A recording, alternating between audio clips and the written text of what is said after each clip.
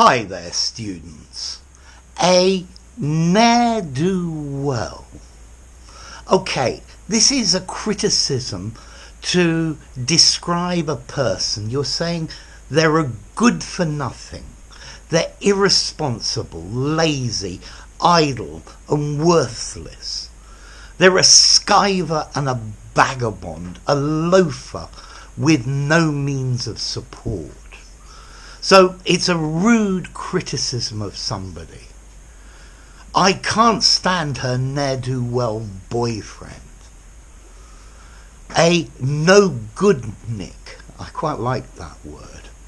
Okay, so you can also use this to say somebody who is up to no good, a rogue.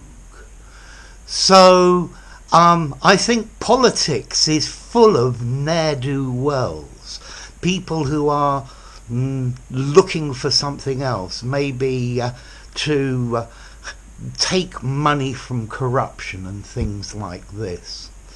It's another one of their ne'er-do-well schemes. Yeah, so critical. Notice, ne'er, N-E''er.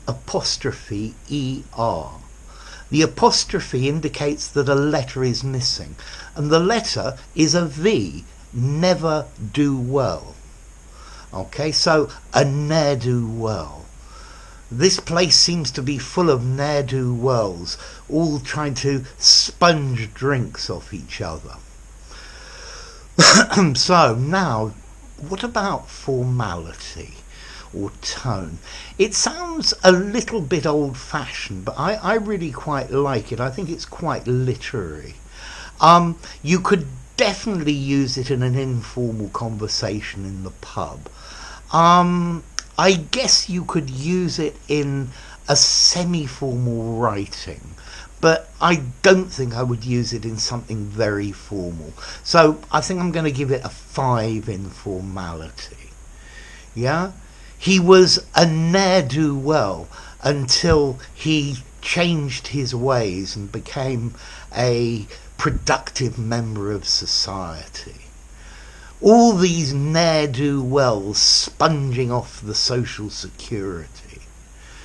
Yeah, these ne'er-do-wells that don't want to work. These ne'er-do-wells that are always just trying to live off other people. Okay, so a ne'er-do-well, a good for nothing or a rogue.